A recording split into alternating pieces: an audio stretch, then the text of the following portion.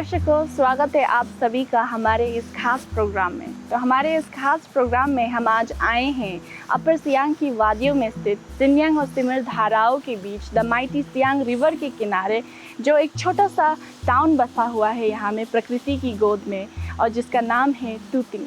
अगर बात करें इसके इतिहास और संस्कृति की, तो ये छोटा सा टाउन 1953 में एक ब्रिटिशर हुआ करते थे, जेम्स विलियम, उन्होंने इसे सबसे पहले ढूंढा था। उसके बाद यहाँ में बसने लगे बोगुन बोगांग के लोग, जो आदि ट्राइब के एक सब ग्रुप हैं।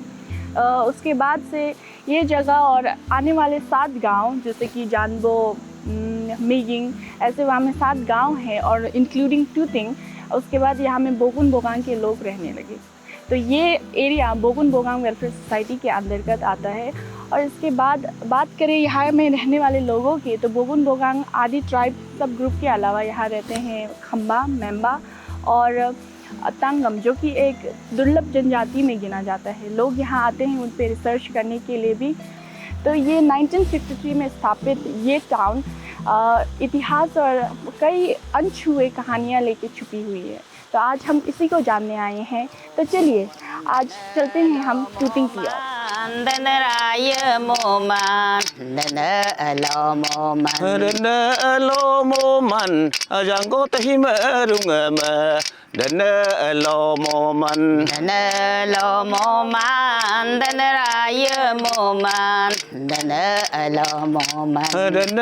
lo mo man jango yan man runga ma dana lo mo man dana raya mo man mi bua parunga bitanga dana lo mo man dana raya mo man dana lo mo man Ariang ơi ông xìa đến lo mô man đến lo mô man đến rai mô man đến lo mô man pu man của mày đến lo mô man đến lo mô man đến rai mô man đến lo mô man đến lo mô man pari bok तो दर्शकों, जब हम बात करते हैं संस्कृति, culture, traditions और यहाँ के रहने वाले लोगों की जीवन शैली की, तो एक बात हमारे दिमाग में ज़रूर आती है कि ट्रेडिशनल फोक डांस। तो अभी आपने देखा ये सुंदर ट्रेडिशनल फोक डांस। तो चलिए, मेरे सामने एक बहुत ही सुंदर महिला खड़ी है और उन्होंने बहुत ही सुंदर ड्रेस पहना है, तो उनके बारे में जानते हैं। मैम, आप सबसे पहले तो अपना परिचय दे दीजिए। नमस्कार, हम लोग टूतिंग का दोनी पोलो ये ओमेन है, और आज हम लोग को यहाँ में ट्रेडिशनल ड्रेस दिखाने के लिए बोला, इसलिए हम लोग आया है। और हम लोग का ड्रेस है ये कपोतदिर बोलता है इसको दोंगना लुतक, ये रिमू और ये केसांग और ये गेंग गाले और ये बोगुन बोगांग का ड्रेस है। इसको आज हम लोग ये और ये मेलोड है, मेलोड जैसे हम लोग बहुत सुंदर लग रहे हैं। और ये डांस कब किया जाता है? ये हम लोग जब हम लोग का ये अपना फेस्टिवल होगा तब इसको डांस को हम लोग ये करते हैं। यह फोक डांस है। हम लोग ये बहुत माँ पिताजी का ये मॉडर्न नहीं है, इसलिए हम लोग आज दिखाने का मौका मिला, इसलिए दिखा रहे हैं।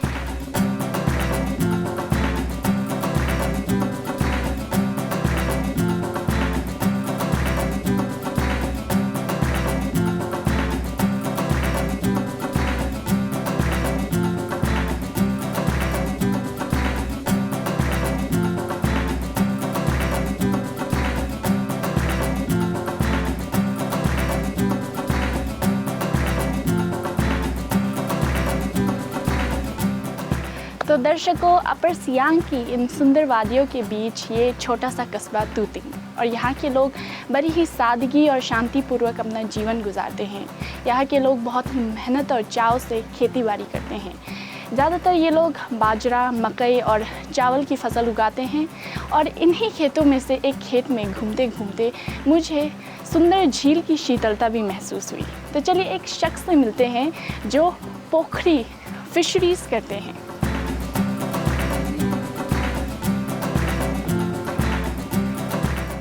मैं छोटा समय से पुकड़ी में इंटरेस्ट था, तो अभी तक हम करते आ रहा है। ये देखिए, तो पुकड़ी किस लिए इंटरेस्ट है कि क्योंकि पुकड़ी थोड़ा सुविधा सोचता है हम।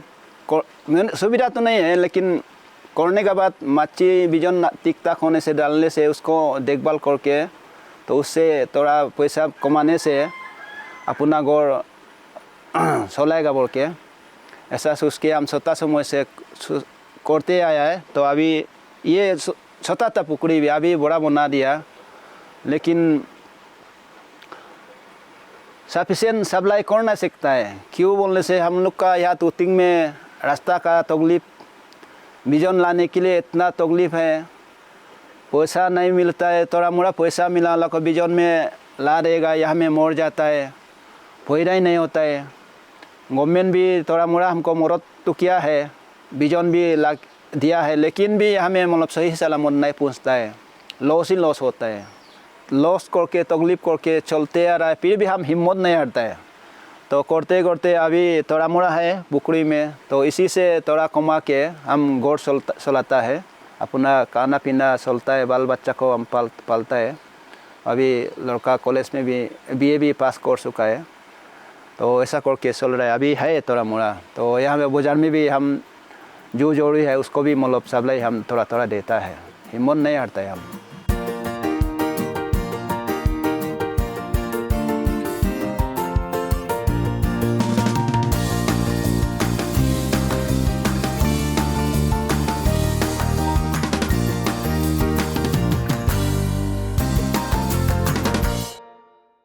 Milape momang sodoko remiko milape momang ho lobo loilo lobo panoko noblape momang tasungko panoga noblape momang ho lobo loilo lobo।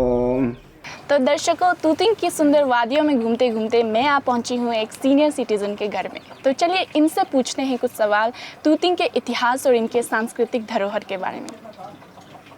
1947 में जेम्स विलियम यानी तूतिंग में आया था ब्रिटिश शासन में।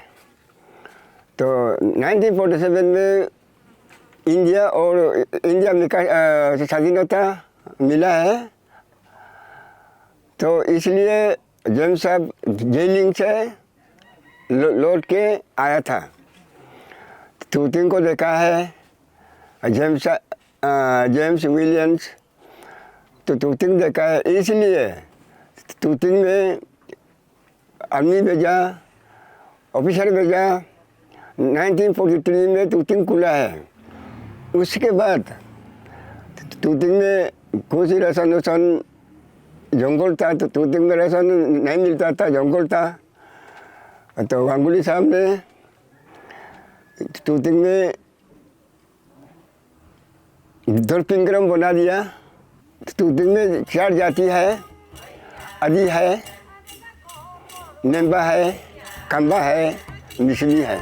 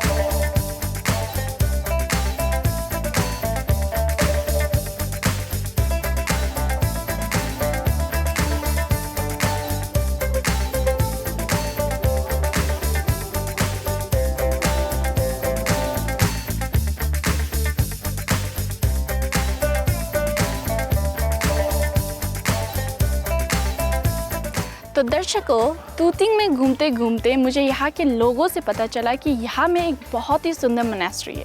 तो जैसा आप देख सकते हैं मेरे पीछे ये सुंदर सी मोनेस्ट्री खड़ी है और ये मोनेस्ट्री जुड़ी है कला, संस्कृति और इतिहास से।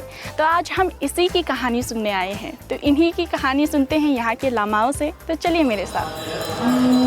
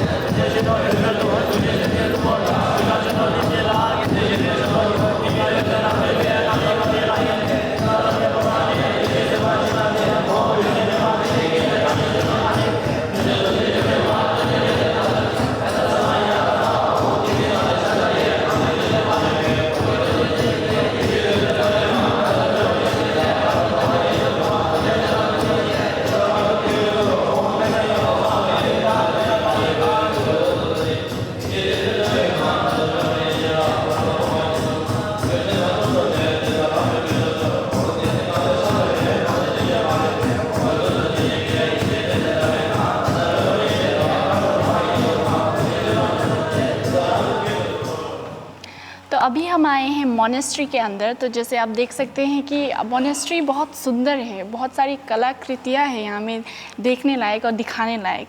तो लामा जी, आप ज़रा बताइए, थोड़ा देर पहले यहाँ में मंत्र उच्चारण हो रहे थे स्टूडेंट्स यहाँ बैठ के, तो आज कुछ तिथि है या कोई पूजा है? जी, ये जो एक महीना में हम लोग एक ड्रागिनी का डे, एक गुरु पद्मा संभव का डे, 2 आते हैं। आज जो ड्रागिनी का डे है, जैसा कि तारा देवी ऐसे उसका डे, और हम लोग जो खास ये जो हम लोग का एक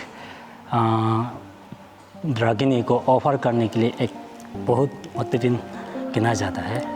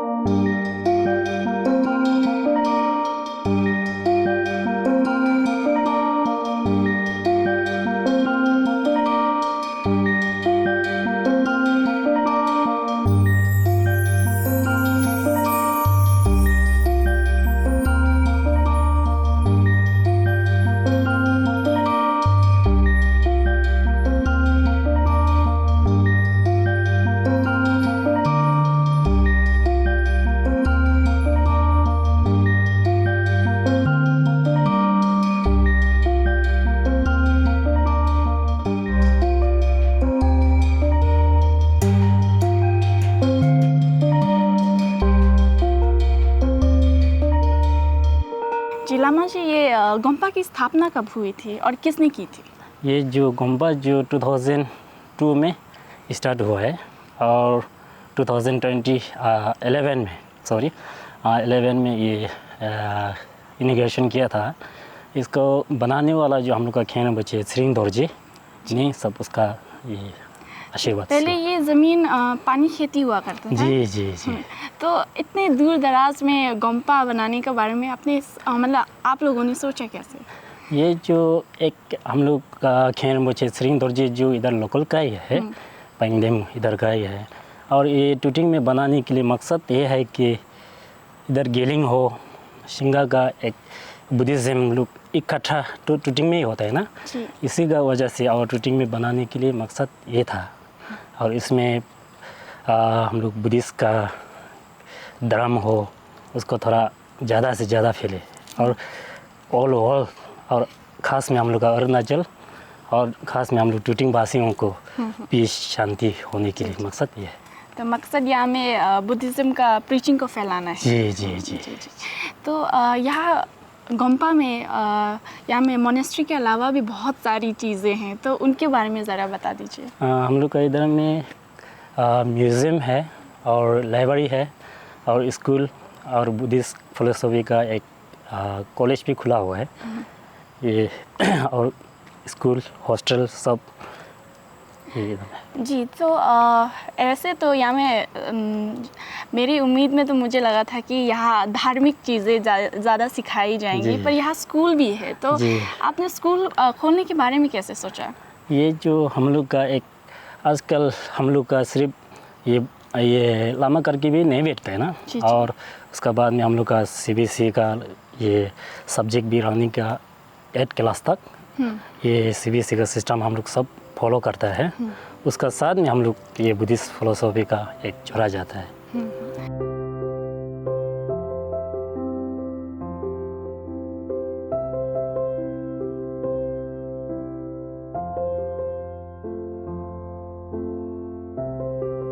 तो दर्शकों, उम्मीद करती हूँ कि मेरे साथ आपको भी बहुत कुछ सीखने को मिला होगा, बहुत कुछ जानने को मिला होगा इस मोनेस्ट्री के बारे में और तूतिंग के बारे में।